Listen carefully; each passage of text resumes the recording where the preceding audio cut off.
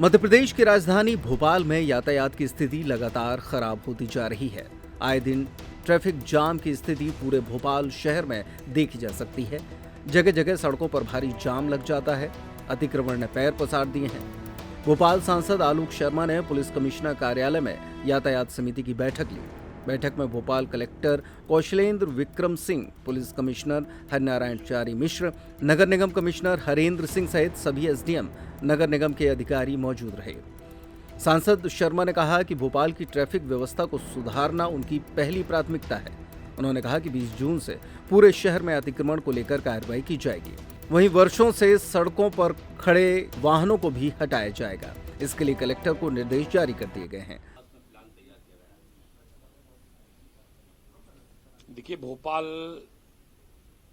लगातार बढ़ रहा है और भोपाल में काफी 4 व्हीलर मार्ग सड़कों के ऊपर एक स्थान से दूसरे स्थान की तरफ चलते हैं और कई बार देखने में आया है कि प्रमुख सड़कों के ऊपर ट्रैफिक जाम रहता है, जिसके कारण कई बार एयरपोर्ट जाने वाला यात्री जाम में फंस जाता है। कई बार रेलवे स्टेशन जाने वाला यात्री जाम में फंस जाता है। कई बार देखने में आया है कोई परिवार में हमारा आत्मीयजन अगर बीमार पड़ता है तो उसकी एम्बुलेंस नहीं निकल पाती है। इसको लेकर चूंकि मेरे भोपाल का बेटा हूं, भोपाल की जनता ने मुझे सांसद के रूप में निर्वाचित किया है। भोपाल का ट्रैफिक कैसे व्यवस्थित हो, इस दिशा में भोपाल कलेक्टर से चर्चा हुई मेरी, भोपाल पुलिस कमिश्नर हरिनारायण चारी मिश्रा जी से चर्चा हुई, सारे ट्रैफिक के पुलिस अधिकारियों के साथ चर्चा हुई और जिसमें नगर निगम के कमिश्नर भी आज बैठक में शामिल हुआ। ये लगा रही हमारी दूसरी तीसरी बैठक है और इसमें सबसे पहले आज की बैठक में निर्णय लिया है कि शहर भर में, पूरे भोपाल शहर में गलत तरीके से ई रिक्शे वो कहीं पे भी चौराहे के ऊपर खड़े हो जाते हैं और जाम की स्थिति होती है और ई रिक्शे की स्पीड भी कम होने के कारण कई बार बड़ी गाड़ियां निकल नहीं पाती हैं। इसके लिए ई रिक्शा पॉलिसी बनाने के लिए मैंने बैठक में कहा है कि पुलिस इसके लिए ई रिक्शा पॉलिसी बनाए और ई रिक्शा जो चले वो मुख्य मार्ग पे नहीं चले, ई रिक्शा वीआईपी मार्ग पे नहीं चले। ई रिक्शा चले तो कॉलोनी से जो लोग यात्री हैं कॉलोनी से मुख्य सड़क तक लाने का काम करे। इसकी पूरी पॉलिसी बनाने के ऊपर आज चर्चा हुई है और आज जो चर्चा हुई है कि जिला प्रशासन ने के साथ बैठकर ये चिंता भी व्यक्त की है कि भोपाल शहर के अंदर बाबा आदम के जमाने के कंडम वाहन खड़े हुए हैं। सड़कों के ऊपर कोई भी दिल्ली से गाड़ी खरीद लाता है, बंबई से गाड़ी खरीद लाता है और उसका टैक्स भी जमा नहीं करता, उसका आरटीओ के अंदर नामांतरण भी नहीं होता। पुरानी कई अगर गाड़ियां जब्त होंगी तो कई पुरानी चोरी की गाड़ी भी इसको मिलेगी। जब मैं शहर का महापौर था उस समय भी ये अभियान हमने चलाया था। आज बड़ी खुशी है कि जो बैठक हुई उसमें जिला प्रशासन ने निर्णय लिया है कि भोपाल शहर में 20 जून से लगातार कंडम वाहन को उठाने का एक अभियान चलाया जाएगा। ये 25 पुलिस एक्ट के अंदर पुरानी गाड़ी उठाने का प्रावधान है। पुलिस इस अभियान को पूरा करेगी।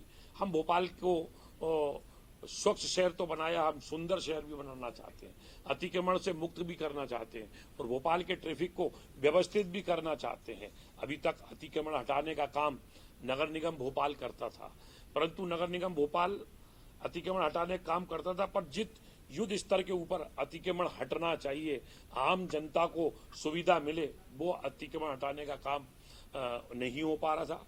इसके लिए आज निर्णय लिया है और कलेक्टर भोपाल ने माना है और हमने कहा कि भोपाल शहर को आप अतिक्रमण मुक्त करना चाहते हैं, अतिक्रमण से निजात दिलाना चाहते हैं, तो इस काम को नगर निगम का सहयोग ले।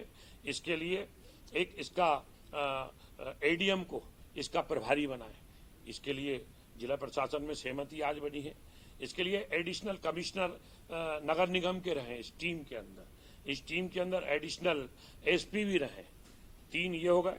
चौथा, इसके अंदर जितने भी एसडीएम है वो इस अतिक्रमण दस्ते के अंदर उनको शामिल किया जाए और जितने भी हमारे जो भी आरटीओ से संबंधित है उनको भी शामिल किया जाए।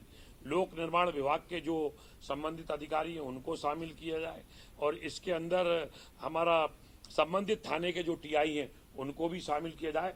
अब भोपाल में जो अतिक्रमण दस्ता का कार्यालय चलेगा, नगर निगम अपना काम करेगा, पर अब कलेक्टर कार्यालय से ही अतिक्रमण हटाने की मुहिम चालू होगी।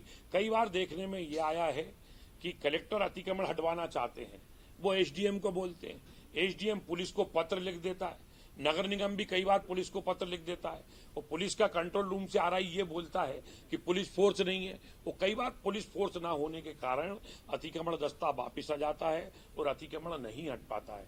अब इसको हम बहुत व्यवस्थित बना रहे हैं कि अब जो भी एडीएम बने तो उसका पूरा काम ही अतिक्रमण हटाने का होना चाहिए।